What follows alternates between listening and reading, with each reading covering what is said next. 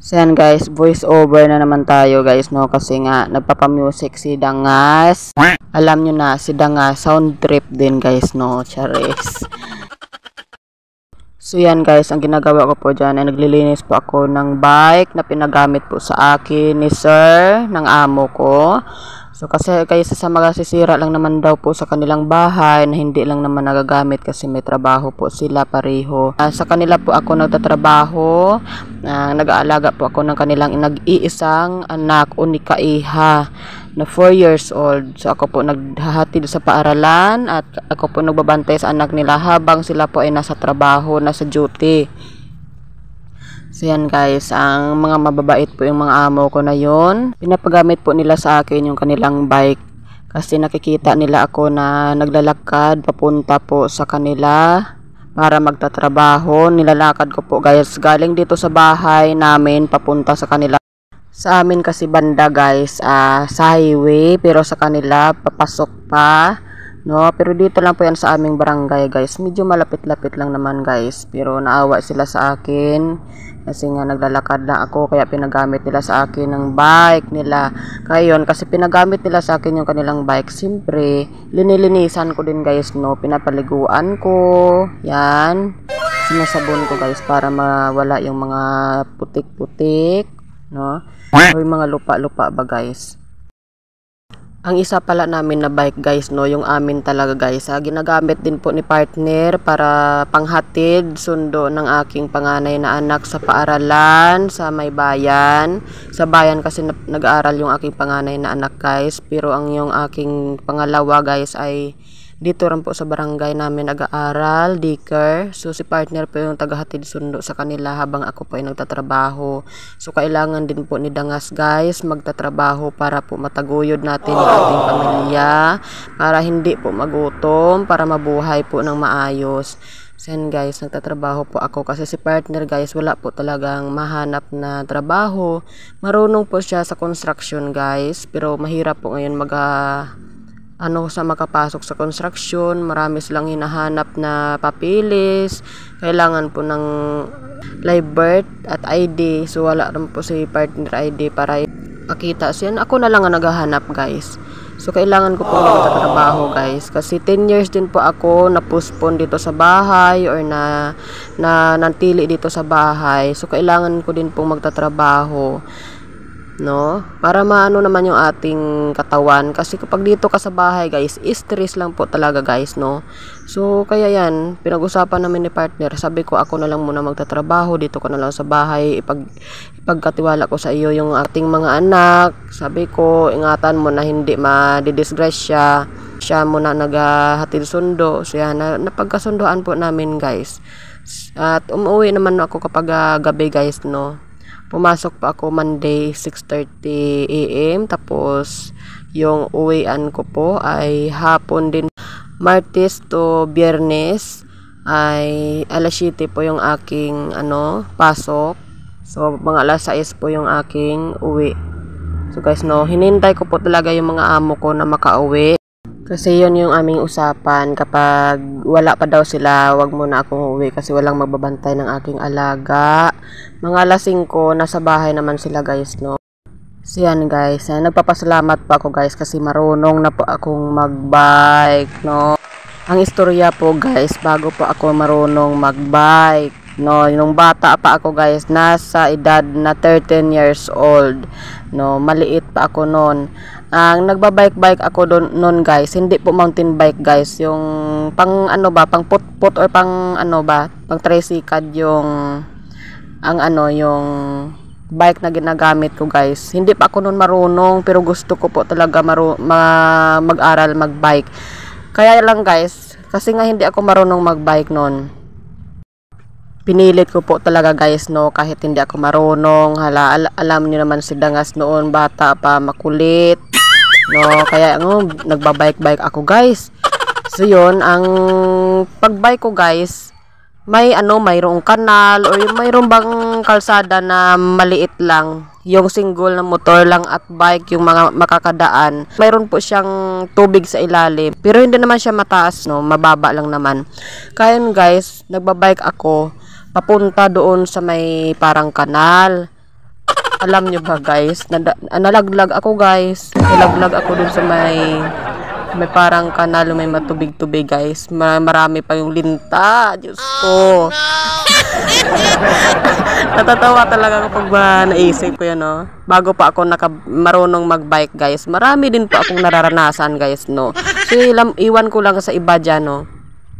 Bago sila marunong magbike, siguro may ano din sila na pinagdaanan. Kasi ako noon guys, no, nagbabike ako, na ano talaga yung aking sulang guys. Sulang, yung ano ba, yung sa may bibig ba natin guys, no? Yung para bang sa babalo guys. Yung sa may ano, basta na ano, nagkasugat guys. Nagisi yung aking ano guys, yung surang guys. Surang kasi dito sa dito ko guys, no? Nagkasugat guys, nagisi talaga guys. Oy. Buti na lang hindi ako nagpa-hospital kasi dapat yun natatahi. Pero hindi, nadala naman guys. So na ano, nadala na naman, hindi naman natahi guys, na gumaling lang naman guys, no, yung sugat ko na malaki guys. Kasi may baba ko ba guys, no, nagkasugat talaga. At pag akyat ko guys sa may maliit na tulay guys na simento, oh, Diyos ko, maraming mga linta na dumikit sa paa ko guys. Sobrang iyak ko nun guys, parang natatakot.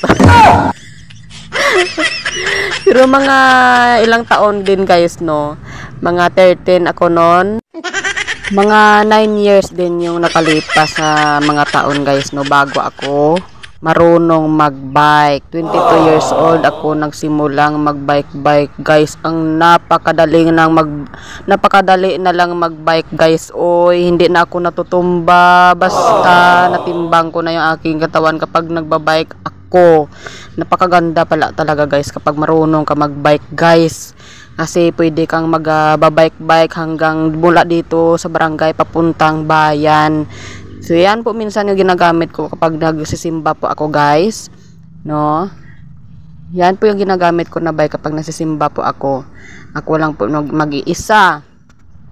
So, yan, minsan first mass ako nagsisimba, madaling araw pa lang, yung madilim pa ba guys, mga 4:30 kasi yung ano, yung first mass. Pero yung second mass mga alas 7. Ang third mass ay mga alas 4 guys, no? So, minsan mga alas 4 na ako nagsisimba, mga third mass. So, yan. Nakita nyo naman si Dangas guys, no? Habang naglilinis ng ating bike, nakadaster pa talaga si Dangas guys. Nagdadaster si Dangas pero hindi pa ko buntis guys. Sabi kasi yung iba, kapag nagdadaster ka, buntis ka. Kaya mayroon ding ibang guys, no, yung mga judgmental, kapag duster ka lang, buntis ka na agad. Hindi ba pwedeng magdadaster lang tayo para ready? Joke lang guys, ha. Yan guys, nagdadaster si Dangas. Yan, naglilinis na ako ng bike, nasabunan ko na po yan guys. Para lang talaga ako dyan si Madam Auring, oy, Charis, sa kadaster si Dangas.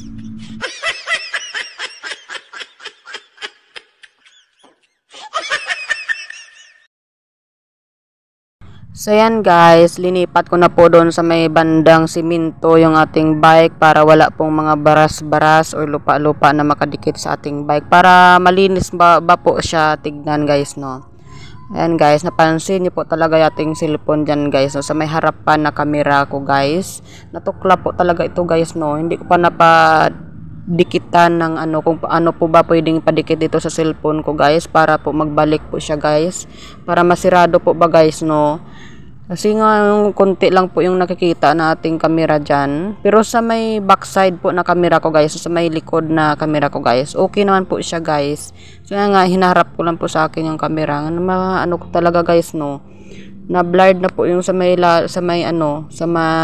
gilid na guys, no. So hindi pa ako nakapag-ipon guys, bago lang pa ako nagsimula magtrabaho guys, no. Siguro kapag nakaipon-ipon ako guys, siguro matagal-tagal pa makabili ako ng bagong cellphone para pang vlog. Sana hindi muna masisira itong aking cellphone. Iningatan ko lang po talaga guys na hindi po masira guys, kasi kapag nasisira na po ito guys na hindi na magagamit, wala na po talaga guys, matigil na naman siguro yung ating vlog. Sana naman no, makabili na ako kaagad ng cellphone pang vlog. Ang hirap po ang cellphone na tukla po talaga. Nalaglag kasi ito ng mga bata guys eh. So na parang nahati na po talaga itong cellphone ko na to. Kalahati na muntik ng mano talaga matuklap lahat.